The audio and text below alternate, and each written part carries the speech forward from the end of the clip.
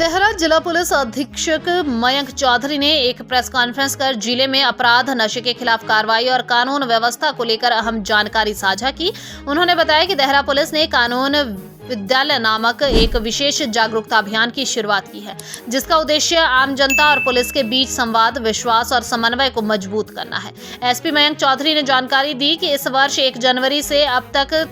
Police जिला देहरा में NDPS act के तहत 10 मामले दर्ज किए गए हैं। Dehra police station 4 case, Haripur police station 3 case, ज्वालामुखी पुलिस स्टेशन 2 केस और रक्कड़ पुलिस स्टेशन 1 केस दर्ज किए गए हैं। इन मामलों में 1.309 किलोग्राम चरस, 25.95 ग्राम चिट्टा और 180 अफीम के पौधे बरामद किए गए हैं। पुलिस ने सभी 10 एफआईआर में कुल 17 आरोपियों को गिरफ्तार किया है। ट्रैफिक व्यवस्था के लिए पुलिस को मिलेंगे बॉडी कैमरे। एसपी ने बताया कि देहरा पुलिस जिले में यातायात व्यवस्था को सुचारू बनाए रखने के लिए लगातार प्रयास कर रही है। आगामी नवरात्रों और अन्य महत्वपूर्ण दिनों के दौरान पुलिसकर्मियों को बॉडी कैमरे दिए जाएंगे, जिससे ट्रैफिक व्यवस्था को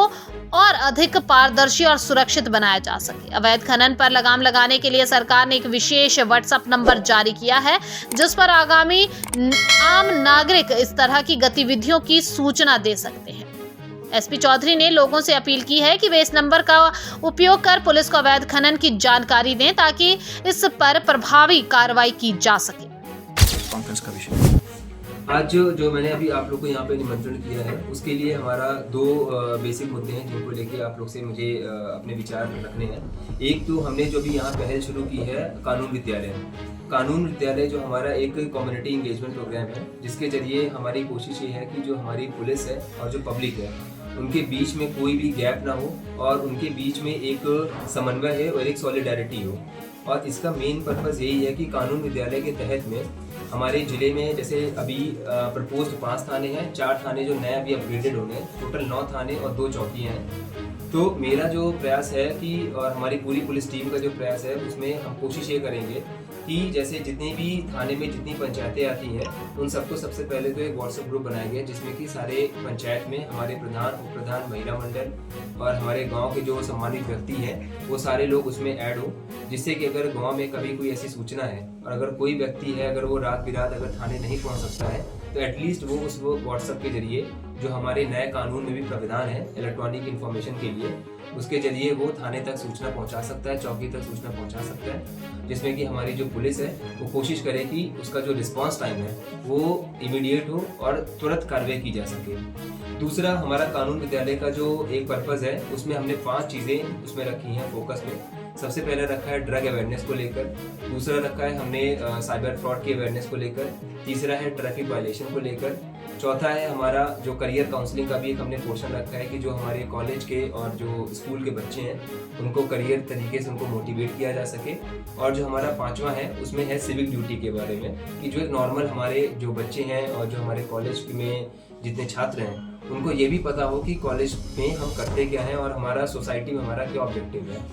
तो बेसिकली कानून विद्यालय जो हमारा एक ऑब्जेक्टिव है उसका यही है कि जितना ज़्यादा होगा पब्लिक और पुलिस आपस में जितने ज़्यादा अटैच होंगे, जितने ज़्यादा जुड़ेंगे, उतना ही एक समाज को एक सही दिशा दी जा सकती है और एक समन्वय के साथ काम किया जा सकता है। सर इसको ये डेटा दूँ तो जनवरी 2025 से लेके 18 मार्च 2025 तक, ये तकरीबन 3 महीने का अगर पीरियड ले लें तो अभी तक हमारे ज़िले में 10 मुकदमे हुए हैं, जिसमें कि देहरा थाने में 4 मुकदमे हुए हैं, हरिपुर थाने में 3 हुए हैं, ज्वालाजी थाने में 2 मुकदमे हुए हैं और रक्कड़ थाने में 1 मुकदमा हुआ है।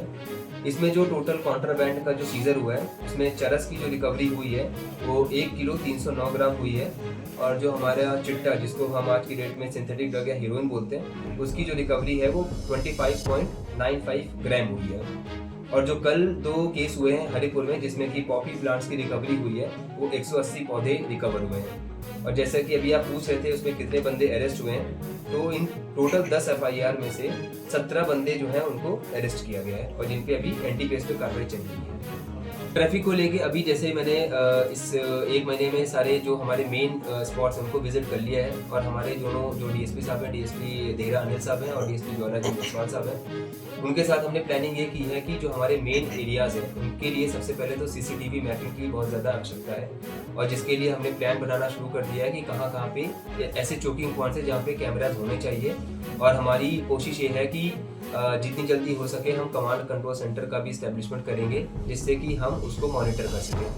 सेकेंडली हमारा एक ये भी होगा कि जहाँ जहाँ पे मेन पॉइंट है जैसे देहरा थाना और ज्वालाजी में जहाँ पे रिलीजियस टूरिज्म भी होता है और जिसकी वजह से ट्रैफिक की समस्याएं आती रहती हैं, उनको लेकर हमने कोशिश करना है कि जैसे हमारे पास स्ट्रेंथ की पूरी फुलफिलमेंट हो जाएगी, हम ट्रैफिक यूनिट का भी एक गठन करेंगे देहरा में भी और ज्वालाजी में, जिससे कि जहाँ जहाँ भी ट्रैफिक की समस्याएं आती हैं उनके लिए वहाँ पे काम किया जा सके।